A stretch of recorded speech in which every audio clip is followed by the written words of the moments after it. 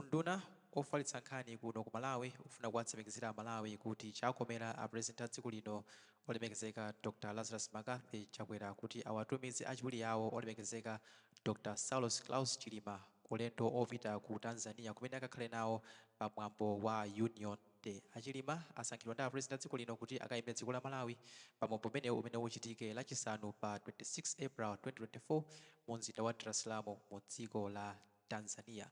Ndiye chikala chimene unduna wa zofalitsa nkhani watulutsa chinenanso kuti tonse tikukumbukira kuti pa 21 June 2022 boma la Malawi lidalengeza kuti Saulos Chilima awalanda mphamvu ngati nduna yoona za kusintha kakagwiridwe kwa ntchito mboma kapena kuti Minister of Public Sector Reforms chifukwa chokuti iwowa akuyankha mulandu wa katangale. Ndiye kuchotsedwa ntchito kumene kuja adachotsa ntchito zimene kuti asakhale ndi mphamvu yosokoneza kafufuzidwe komanso kayendetsedwe ka mulandu wawo umene uli ku khoti padakali pano. Ndiye nkhale iwowa ndithu akuyankha milandu ku khoti, koma boma la Malawi lanena kuti ubale pakati pa Saulos Chilima komanso Lazarus Chakwera ndi wabwino kwambiri, ndipo zimenezi zikumaoneka pamene apurezidenti a dziko lino akumayitana Achilima kuti akakhale nawo pa mkumano wa nduna za boma kapena pa Chingerezi cabinet meetings, komanso taona Achilima ndithu akumapita kukayendera maprojekti osiyanasiyana ndi apurezidenti, zimene zikufunza kuti iwowa ndithu ubale wawo ndi wabwino kwambiri ngakhalebe Achilima akuyankha milandu ku khoti.